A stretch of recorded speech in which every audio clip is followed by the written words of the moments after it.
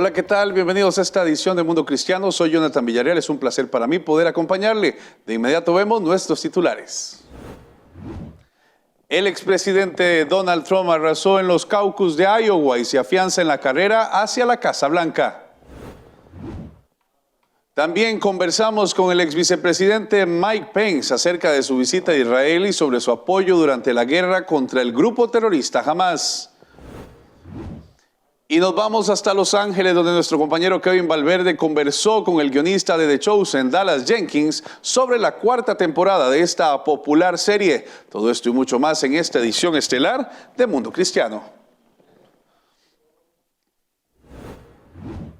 Vamos de inmediato con las informaciones. El expresidente Donald Trump dominó el caucus de Iowa el lunes por la noche en la primera contienda electoral del 2024, confirmando su papel de favorito en la batalla por la nominación presidencial republicana.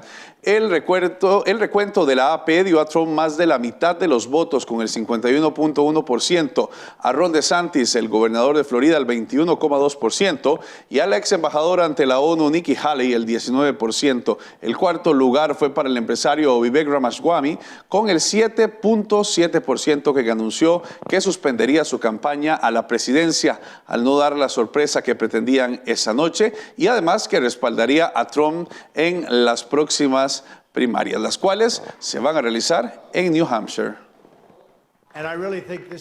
Creo que es el momento de que todo el país nos unamos. Queremos estar unidos sin importar si eres republicano, demócrata, liberal o conservativo. Sería muy bueno si pudiéramos unirnos. Y hablando de Trump, ahora vamos a hablar de su ex vicepresidente. Mike Pence, visitó Israel para mostrar su apoyo durante la guerra contra Hamas. Estuvimos conversando con él antes de que visitara algunos de los lugares de la masacre del 7 de octubre y nos explicó por qué estar con Israel ahora es tan importante para Estados Unidos y los cristianos durante la hora más oscura de Israel desde el Holocausto. He venido a Israel para decir al pueblo de nuestro aliado más querido que el pueblo estadounidense está con ustedes. Sé que decenas de millones de estadounidenses oran por el pueblo de Israel todos los días, pero debo decirles que estar aquí y caminar por las calles y por un kibutz, que fue escenario de la violencia más atroz el 7 de octubre, no ha hecho más que reforzar mi determinación de ser la voz del apoyo estadounidense a Israel. Son horas terribles para Israel. Creo que es muy importante que Estados Unidos deje claro que estamos con Israel hoy, que estaremos con Israel mañana y que estaremos con Israel todos los días hasta que la amenaza del terrorismo de Hamas desde Gaza sea eliminada de una vez por todas.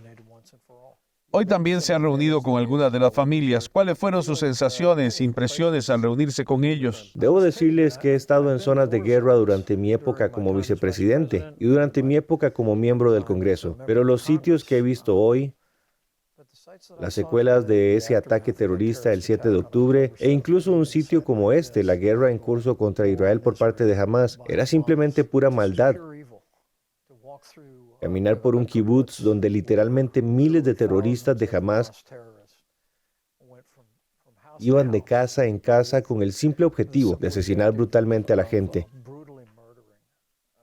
Y también creo que Estados Unidos tiene que dejar claro a otros actores de la región, ya sea Hezbollah en el Líbano al norte, o muy especialmente a los mulás de Teherán, que Estados Unidos estará aquí para ayudar a Israel, y que estaremos preparados si se intenta ampliar este conflicto de alguna manera.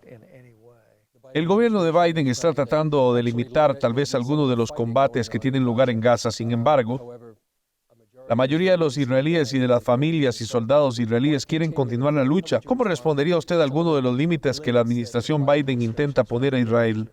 Simplemente no lo acepto. Yo estaba en Washington, D.C. el 11 de septiembre. Y Estados Unidos hizo lo que creía que había que hacer, llevando la lucha al enemigo en Afganistán.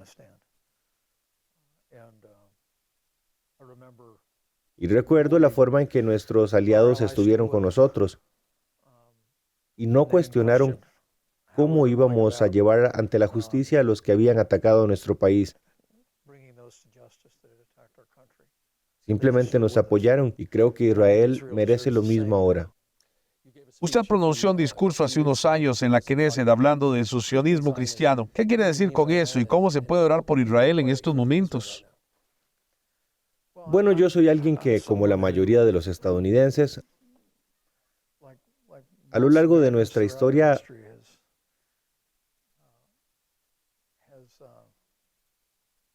ha acariciado la idea de que el pueblo judío regrese a su patria. Literalmente se puede mirar a la fundación de Estados Unidos y ver un movimiento sionista en el que predicadores y pastores pedían el regreso del pueblo judío a su patria. Y en 1948 sucedió, y Estados Unidos se convirtió en la primera nación en la tierra en reconocer a Israel. Y creo que hemos sido su mayor aliado desde entonces. Y así, para mí, surge de una base común de la fe judeocristiana, pero también surge de las promesas de la Biblia. Creo, como la mayoría de los cristianos, que quienes la bendigan serán bendecidos. Aquellos que la maldigan serán maldecidos. Y es absolutamente imperativo que sigamos apoyando a Israel, especialmente en los días oscuros que está atravesando. Pero más allá de todo esto, como dije en ese discurso, nosotros estamos con Israel por su causa. Nosotros estamos con Israel porque su causa es nuestra causa. Sus valores son nuestros valores y su lucha es nuestra lucha. Y realmente creo que este es un momento en el que esa relación ha sido más importante que nunca.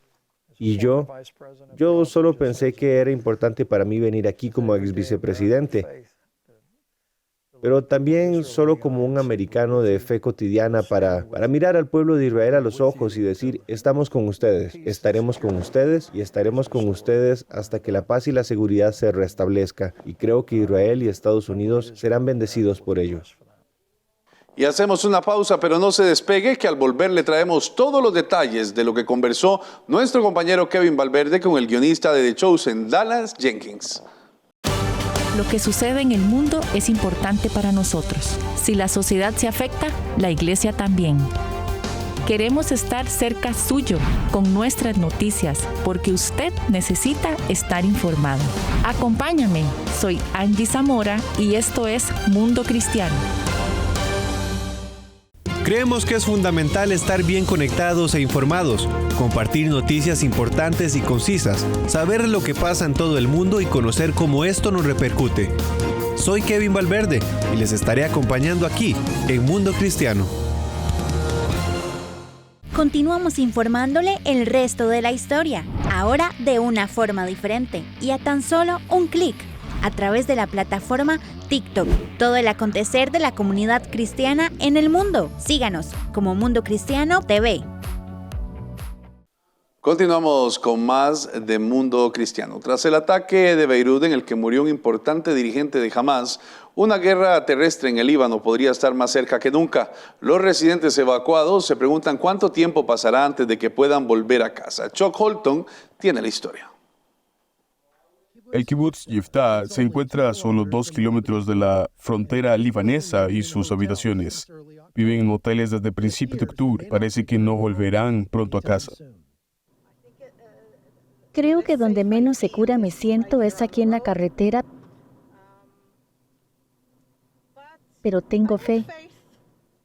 Cuando estaba sola con los niños, la habitación estaba bien y quería que mis hijos estuvieran cerca de mí porque estaban asustados y tenían ansiedad antes de irse a dormir y preguntaban por papá.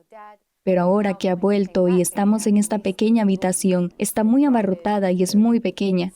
Y estamos tratando de estar agradecidos por las cosas que tenemos. Nos tenemos el uno al otro. Sin embargo, la proximidad de Yiftah a la frontera libanesa aumenta la sensación de miedo al volver a casa. Ante la escalada del conflicto, estos residentes presionan al gobierno israelí para que haga lo necesario para permitir recuperar sus vidas. Estamos mucho más cerca de la frontera que la mayoría de los kibutzim de la Franja de Gaza. Y debo decir que da miedo. Y necesitamos estar seguros de que estamos a salvo para poder volver a vivir aquí en nuestros hogares. Así que esta es nuestra petición a nuestro gobierno, a nuestro ejército. Por favor, hágannos seguros. La incertidumbre cotidiana pasa factura. Los continuos ataques con misiles de Hezbollah, pese al compromiso, hacen que muchos se sientan impotentes. Como cada día estaba llorando, intento pensar cómo cada día siento que no tengo suficiente perspectiva para ver el panorama completo, porque vivo el día a día, ni siquiera el día a día, una hora a una hora, porque no lo sé. Cada mañana me despierto y no estoy segura de cómo van a ir las cosas en el país con la guerra, y siento que no tengo control sobre la vida. Fue un crimen que no quedará impune. Hassan Nasrallah, en un discurso pronunciado al día siguiente del ataque israelí contra Beirut, por su parte, el contraalmirante Daniel Hagari de las FDI afirmó que sus tropas están preparadas para cualquier escenario. Ese tipo de discurso aumenta la probabilidad de un desplazamiento prolongado, ya que la esperanza de un regreso seguro a casa sigue estando ligada a la capacidad de la FDI para expulsar a Hezbollah del sur del Líbano. Esta gente se da cuenta de que eso puede estar fuera de su alcance. Esto llevará mucho tiempo. Eso es lo que todo el mundo nos dice. Eso es lo que los mensajes que estamos recibiendo dice. Que esto llevará meses, meses, meses. Así que tenemos que esperar y confiar en que la guerra con Hezbollah cree algún tipo de red de seguridad para que podamos regresar a casa. Porque sin eso no volveremos a nuestro hogar en Yiftach. Shock Holton, CBN News, Jerusalén. Nuestro compañero Kevin Valverde se encuentra exactamente en Los Ángeles, California, en el lanzamiento de la 4ª temporada de la serie de shows. En él allá pudo conversar con Dallas Jenkins, quien es el guionista y escritor de esta serie, con quien estuvo en un pequeño intercambio. Vamos a ver un adelanto, porque luego vamos a tener la entrevista más a profundidad. De inmediato. Sí, cuando la primera temporada de un programa obtiene una respuesta muy positiva, es importante que las temporadas 2 y 3 sigan y continúen la historia y que estés a la altura del éxito de la primera temporada. Pero sinceramente, realmente no lo intento. No quiero pensar demasiado en eso, solo estoy realmente concentrado en asegurarme de que la próxima temporada capture el carácter y la intención de Jesús y el Evangelio. Que sea una televisión interesante y convincente. Y así cuando estoy sentado frente a mi computadora, a mi computadora no le importa que la temporada anterior haya sido exitosa. A la página en blanco no le importa. Todavía tengo que hacer lo correcto, según lo que Dios quiere que haga y lo que creo que los fanáticos disfrutarán. Así que no es el hecho de que estemos entrando en nuestra 4ª temporada y muchas personas que la han visto creen que es nuestra mejor temporada. Bueno, pudimos hacer acuerdos que nos permitieron completar la temporada, pero toda la temporada fue muy difícil, incluso en el clima. Quiero decir, filmar con tanto calor, viento o polvo durante toda la temporada fue un gran desafío. Para los actores, la temporada es muy pesada, la historia es muy pesada, hay mucha tristeza esta temporada, pero finalmente pudimos terminarlo y resultó incluso mejor de lo que imaginaba. Estamos muy emocionados de mostrárselo al mundo. Creemos que esta será una temporada muy impactante. Y tendremos esta entrevista con Dallas Jenkins completa en nuestras próximas ediciones cuando nuestro compañero Kevin Valverde nos prepare el material. Y seguimos con más información porque en el marco de la Asamblea General de la Alianza Evangélica Latina tuve la oportunidad de conversar con el presidente de la Confraternidad Evangélica de México, el pastor Cirilo Cruz, quien nos cuenta los alcances y los principales retos de la iglesia en este país. Vean la conversación de inmediato. México es una mezcla de diferentes estados, personas, ciudades, pero con un solo corazón, con una gran cantidad de personas que aman a Jesús, pero también con una gran cantidad de retos que afrontar. Por eso, hoy estamos muy contentos de poder reunirnos en esta Asamblea General de la Alianza Evangélica Latina para hablar con don Cirilo Cruz, quien es el presidente de la Confraternidad Evangélica de México. Pastor, qué placer tenerlo acá con nosotros. Gracias por aceptarnos la entrevista. ¿Cómo está México? ¿Cómo lee el presidente de la confraternidad a México en este momento? Gracias por la entrevista, Jonathan. Es un placer estar con ustedes. Yo diría que tendríamos varios puntos de vista que ver, ¿no? En el sentido político, que es el que menos quiero hablar, no estamos bien, México no está bien, aprobando todas las leyes que son antibíblicas, y entonces eso nos tiene preocupado, ¿no? Como el matrimonio igualitario, cambios de sexo desde que tu infancia, etcétera. Entonces, ahí estamos muy preocupados en ese sentido, porque yo le decía a uno de los senadores, ¿cómo es que ustedes están de alguna manera aprobando todo lo que la Biblia le llama pecado? Y están preparando todo un mundo para que la siguiente generación totalmente estén viviendo en pecado delante del Señor, ¿no? Por todas las libertades, si lo pongo entre comillas, que le está dando la ley. Entonces ese sería un particular punto de vista. En cuanto a la iglesia, creo que tenemos varios desafíos y retos por delante. ¿Por qué? Primero, después de la pandemia, tenemos un déficit pastoral que siempre ha existido. Pero imagínate, perdimos 2.500 pastores aproximadamente entre todas las denominaciones. Asambleas de Dios, presbiterianos, bautistas, metodistas, nazarenos, etc. 2.500 es mucho. Sí, claro. No hay un seminario que te pueda dar eso. Entonces, cada día... Están en un déficit, claro. Exacto. Entonces, cada día los seminarios están más vacíos. La gente, yo recuerdo, soy hijo de pastor, recuerdo hace 50 años por lo menos, todas las familias querían tener un pastor. Y en México, si no eras evangélico y eras católico, querías tener un cura, un sacerdote. Sí. Pero ahora no. Nadie quiere ser llamado. Tienen el llamado, pero nadie quiere ser pastor. Nadie quiere responder eso. ¿Por qué crees que está pasando esto? Además de todo el tema de la pandemia que ha afectado a la iglesia notablemente. Sí, yo creo que nos ha faltado como ese compromiso de iglesia de insistir que necesitamos gente que venga y sirva al reino.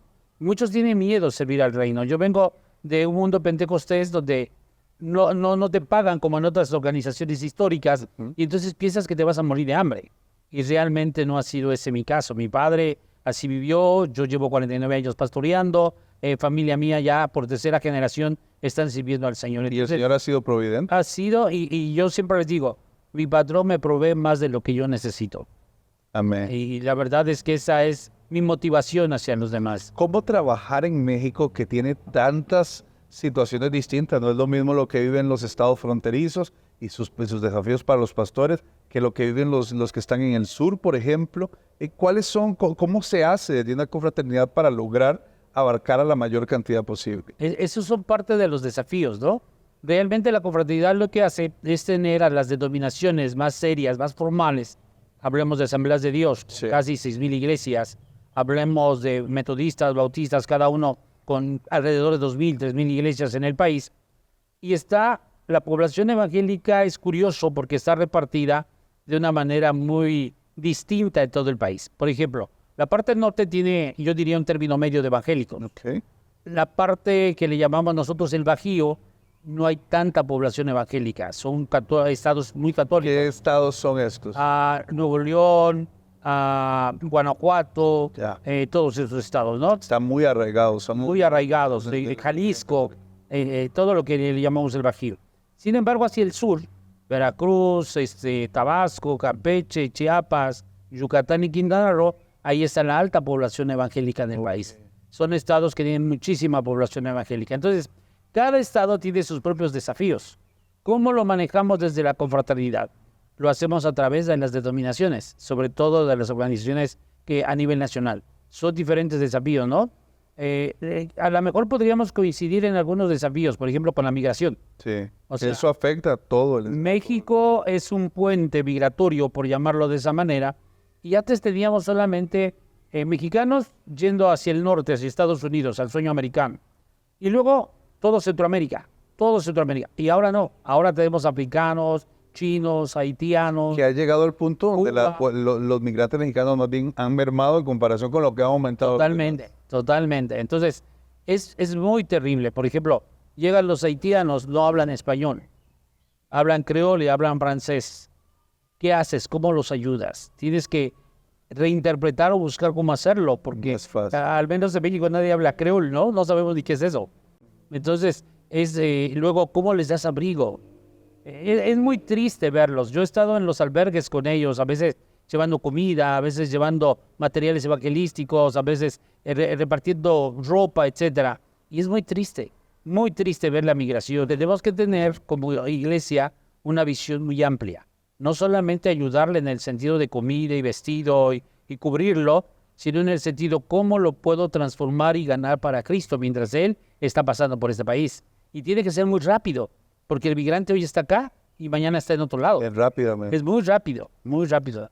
Pastor, lo que sucede en la Ciudad de México quizá no es lo mismo que sucede en todos los países, pero la Ciudad de México da tintes de un liberalismo muy fuerte alrededor de muchos temas. ¿Cómo hacer para que eso no se permee al resto de México?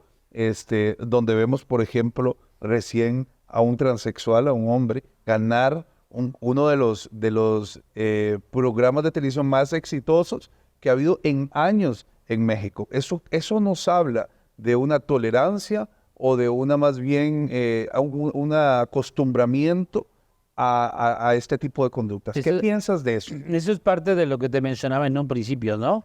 Senadores, diputados, aprobando leyes que realmente ellos dicen que son sus derechos.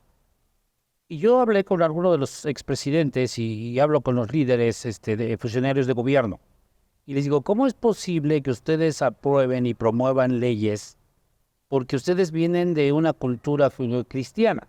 Es decir, que no va con eso. El 80% dice el INEGI, que es la que se encarga de los resultados de contagio de nuestro país, dice el 80% son católicos, un poquito menos porque ha bajado, pero más o menos 80%. El 11-12% son evangélicos. Si estamos hablando mínimo de un 90% que venimos de una cultura judio-cristiana. Y entonces a esta gente, cuando mucho es un 2% de lo que hay en el país, y cómo están logrando transformar. Y yo diría, no por su libertad, sino es un libertinaje, se ha perdido la vergüenza, se ha perdido la moral en ese sentido, porque estas gentes hacen unas manifestaciones apoyados por los gobiernos y apoyados. Es una agenda muy terrible la que hay. Entonces, la iglesia, tenemos que ponernos ahí las pilas, como decimos. Claro. Ha habido movimientos desde la iglesia que hacen manifestaciones. Y yo estoy de acuerdo, si las hacen, yo no tengo mayor problema, pero no ganan mucho. Yo desde hace años llevo diciendo... Se ha hecho más político. Exacto. Yo desde hace años llevo diciendo, tenemos que como iglesia invertir en las nuevas generaciones, trabajar con los niños, trabajar con los jóvenes, porque toda ideología, cualquiera que sea, es a través de los niños. Así es. Y entonces si la iglesia no estamos atendiendo a los niños, vamos a hacer que la iglesia mañana pierda en este marasmo de tantas cosas, que pierda su sentido de existencia y de doctrina bíblica. Eso es lo triste. Es complejo. Pastor, un placer haber conversado con usted, conocer un poco más de lo que está pasando en México desde la perspectiva de un pastor tan respetable como usted. Un mensaje final para todos los que ven nuestro programa. Sí, pues mira, ayúdenos a orar, porque realmente nuestra ciudad y nuestro país, en el sentido de moral y espiritualidad, está en decadencia. Vamos a seguir orando por esto. Gracias al pastor Cirilo Cruz. Él es el presidente de la Confraternidad Evangélica de México. Continuamos con más de Mundo Cristiano. Excelente conversación la que tuvimos con el pastor Cirilo, que está haciendo un gran trabajo allá en nuestro querido y hermoso México. Vamos a hacer una pausa comercial y regresamos con más de Mundo Cristiano. La mejor noticia es que aunque la vida tiene momentos duros, fui la vergüenza de Las Vegas. La más grande vergüenza que alguien haya pasado en Las Vegas es Olga Briskin cuando Juan Gabriel la planta. Siempre puede mejorar. Entonces Dios no solamente me salvó la vida, sino que me libró de la cárcel. Solo hay que decidirse por el camino correcto. Cuando no quieres tu vida y empiezas a entregar tu vida por otras personas, ahí es en donde te das cuenta que vale la pena vivir. Lo que puede suplir Dios, nadie en este mundo lo puede suplir. De rodillas y le dije, Señor, si me dejas salir de aquí un día, yo te prometo que me voy a dedicar a ti y voy a dedicarme a la música, que es lo que tú me has dado. Conéctate a Vive Más y experimenta las historias de personas que descubrieron que vivir es mucho más que existir. El amor humano sin Dios no es suficiente para que una relación perdure. Búscanos como Vive Más TV en Facebook y llénate de vida. Y ya está disponible nuestro podcast número 20. Le invitamos a escucharlo en su plataforma de preferencia, Spotify, Apple Podcasts, Google Podcasts y por supuesto en video en nuestro canal de YouTube. Acá un resumen de lo que fue el podcast número 20.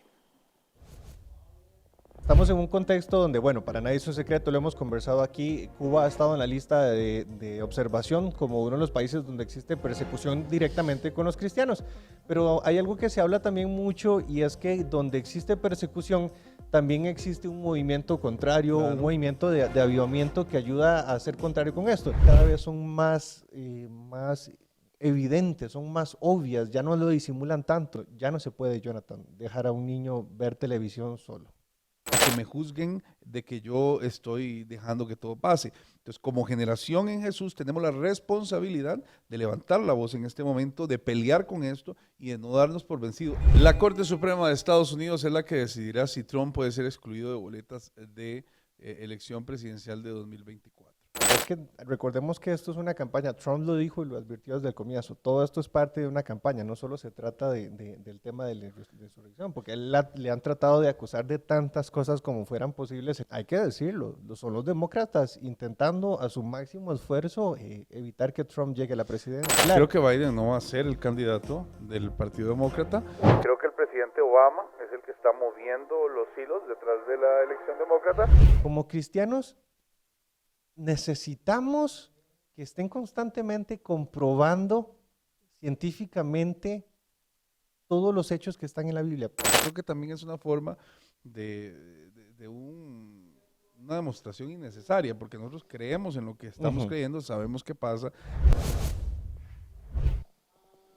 Recuerde que usted puede escuchar nuestro podcast en Spotify, que es una de las principales plataformas que utilizamos, pero también si usted utiliza Google Podcast o Apple Podcast, también lo puede escuchar ahí. Cuenta Regresiva es un proyecto muy importante que estamos desarrollando para que usted no solamente pueda vernos acá, sino que también usted pueda escuchar muchos de los temas un poco más comentados, más analizados, y que usted pueda generar un criterio de acuerdo a lo que vamos conversando mi compañero Kevin Valverde y un servidor. Usted los puede ver ahí también si usted quiere ver, porque también tenemos grabado el podcast, lo puede buscar en YouTube. Y en YouTube aparecemos como Mundo Cristiano, igual que en todas las redes sociales. Todo lo que nosotros hablamos y vemos acá, en tiempo real usted lo puede estar viendo directamente en su teléfono, en su computadora, en todas las redes sociales y en www.mundocristiano.tv, que esa es nuestra página principal de noticias. Así que muchas gracias por habernos acompañado. Espero que pasen una excelente semana. Nos vemos en 8 días,